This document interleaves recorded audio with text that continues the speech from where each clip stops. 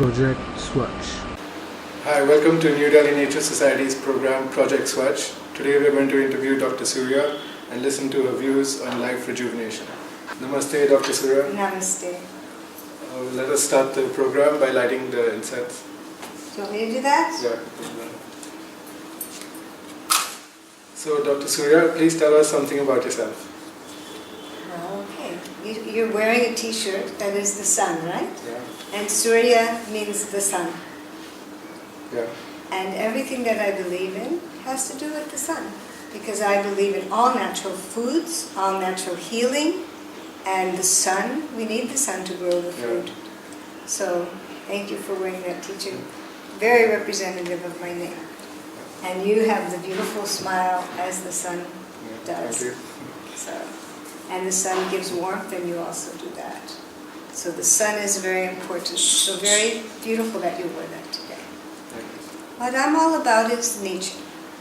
And that's what you're all about too. That's what you're trying to show the world. Get the world back to the basics, the core basics, back to the natural way of eating, of living in the rhythms of the cycles of life. You know how many people go to bed so late, when really the normal rhythm is once it gets dark, you start to wind down, you go to sleep. Eat before the sun goes down. All these very ancient technologies have a lot of value and a lot of meaning. And we are constantly on the computer, and that affects our eyes, and that affects our whole electromagnetic field. And we have to do some things to combat that. And it's a harder world today. We need to work harder to be healthy. So we need to be very concerned about what we eat, because we are what we eat, we are what we think.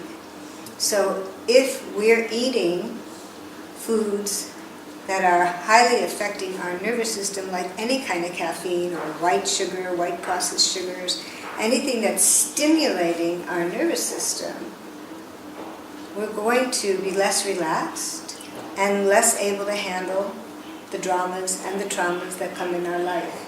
But if we relax, then we can handle everything with awareness. And the best key, the best thing that we have in this world as human beings, the best tool, and it's absolutely free, is our breath. We can pay money for gyms, we can pay money for personal trainers, for yoga teachers, chiropractors, all the alternative methods. We can pay money for everything. And a lot of people are doing a lot of great things to help people, but we have our own tool. And we just need to remember to use it, to breathe.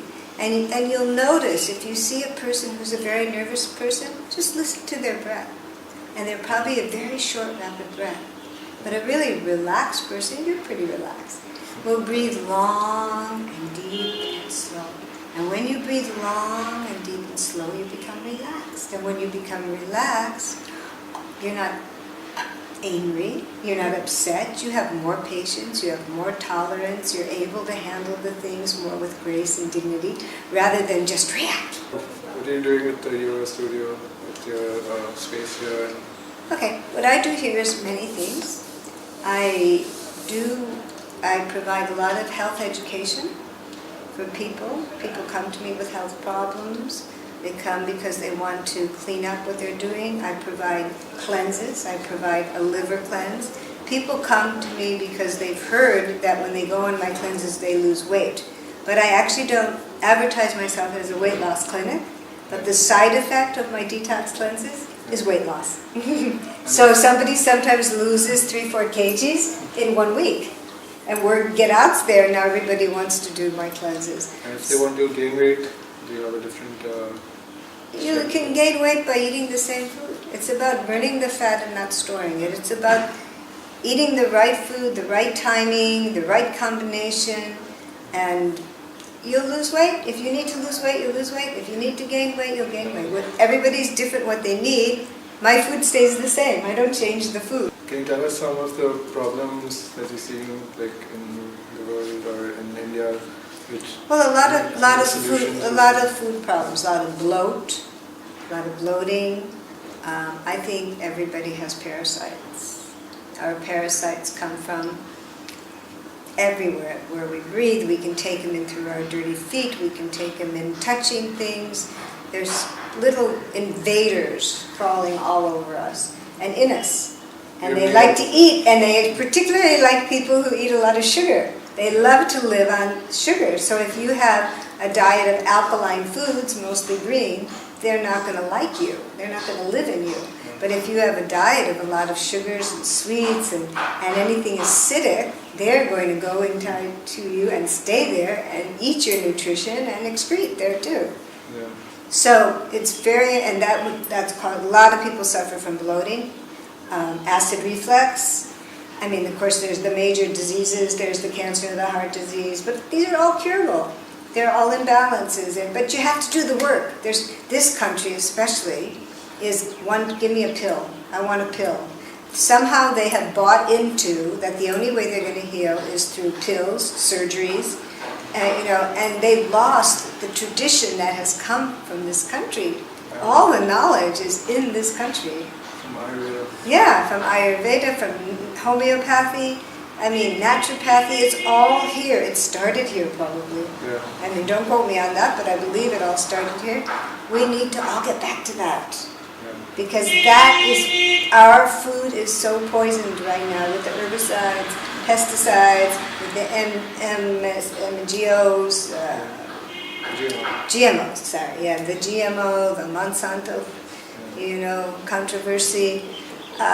We're not eating pure food anymore. I first came to India in the 70s, and I walked around the streets and I felt like the food was so good then compared to the American food. I remember one summer I was here, it was hot, I lived on tomatoes and cucumbers, and they were so delicious, and bananas, and now there's no taste in these foods. You can't even eat them.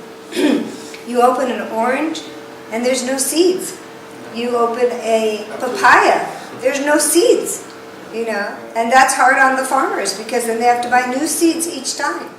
So tell us about some of the solutions we can get into. Some of the solutions are, of course, doing yoga, movement. So I teach Kundalini yoga and something very opposite of that called somatic movement education, and that is re-educating the muscles to go back to their original tonus state. So we get, in this time and age, we really get stiff muscles. Those who are driving a car, working at a desk over the computer all the time, the way we put the computer on our lap and we watch it, the way we might lay and watch television, the way we hold our cell phone. We are tensing up a lot of muscles, but there is a very nice way to get them free of pain and back to their relaxed state with very, very slower, functional movements.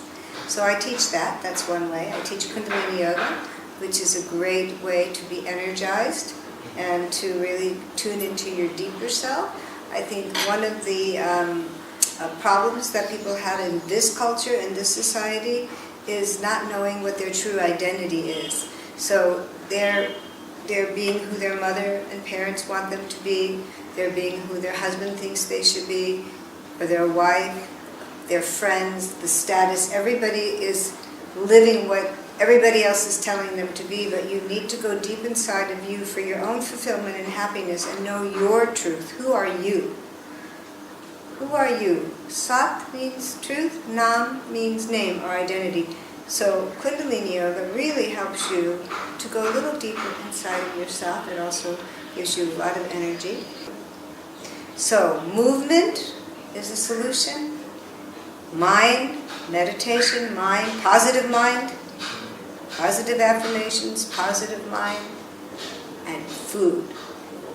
I think the first thing is food, because if you have control over your food, then you'll find it easier to exercise, and you have both of those, you'll find it easier to sit and breathe and meditate.